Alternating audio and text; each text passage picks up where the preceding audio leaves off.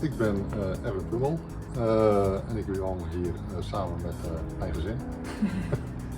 Ik ben Yvonne Boomsma en we wonen hier samen met onze 2 kinderen Anouk en Sarah en onze hond Laila. We wonen aan de Grote Beerstraat in de wijk Pannenpoel en het bevalt ons heel erg goed. Wij waren al een tijdje bezig met wat veranderingen in ons huis.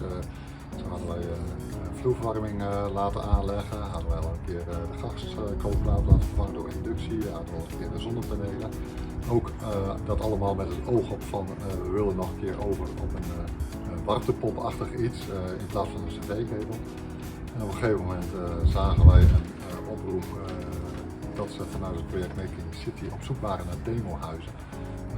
Die eigenlijk precies was wat wij ook van plan waren.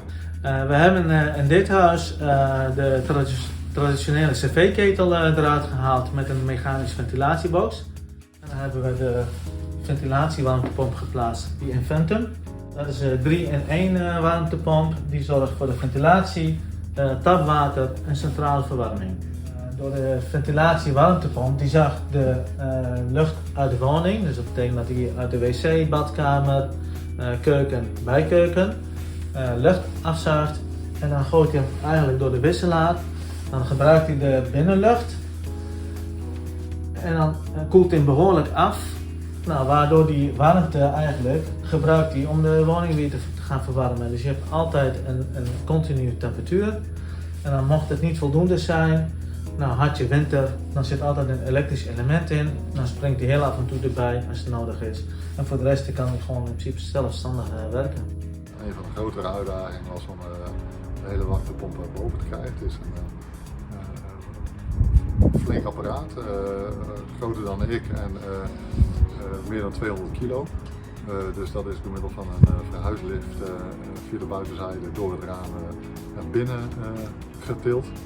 Toen die één keer daar stond, zijn ze aan de slag gegaan. De oude cv-ketel is verwijderd.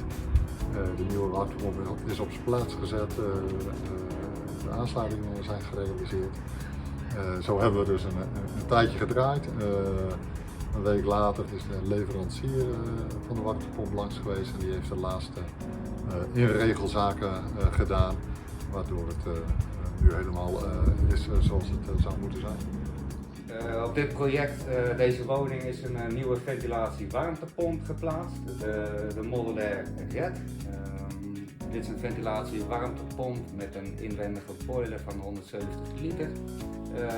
Die hebben we net aangesloten en op een juiste manier ingeregeld. Dan worden de ventilatiestanden gecontroleerd, de luchthoeveelheden van wat door de roosters in de woning afgezogen wordt. Daar wordt een bepaald balans in te zitten. We hebben een stooklijn en een gewenste aanvoertemperatuur afhankelijk van het afgiftesysteem wat erachter hangt. En we hebben een pompinstellingen, want het water moet ook door het systeem heen getransporteerd worden. Dus van waterzijdig tot luchtzijdig inregelen. Nee, de warmtepomp hoor je eigenlijk helemaal niet. Hè?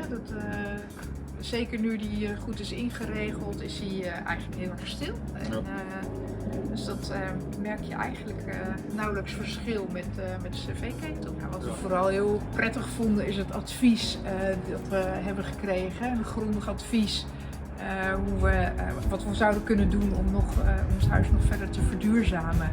En ondersteuning met alles regelen en dat soort dingen. Ja. Dat is ons erg goed bevallen en het is ook erg leuk om daarin ook een soort van voorloper te zijn.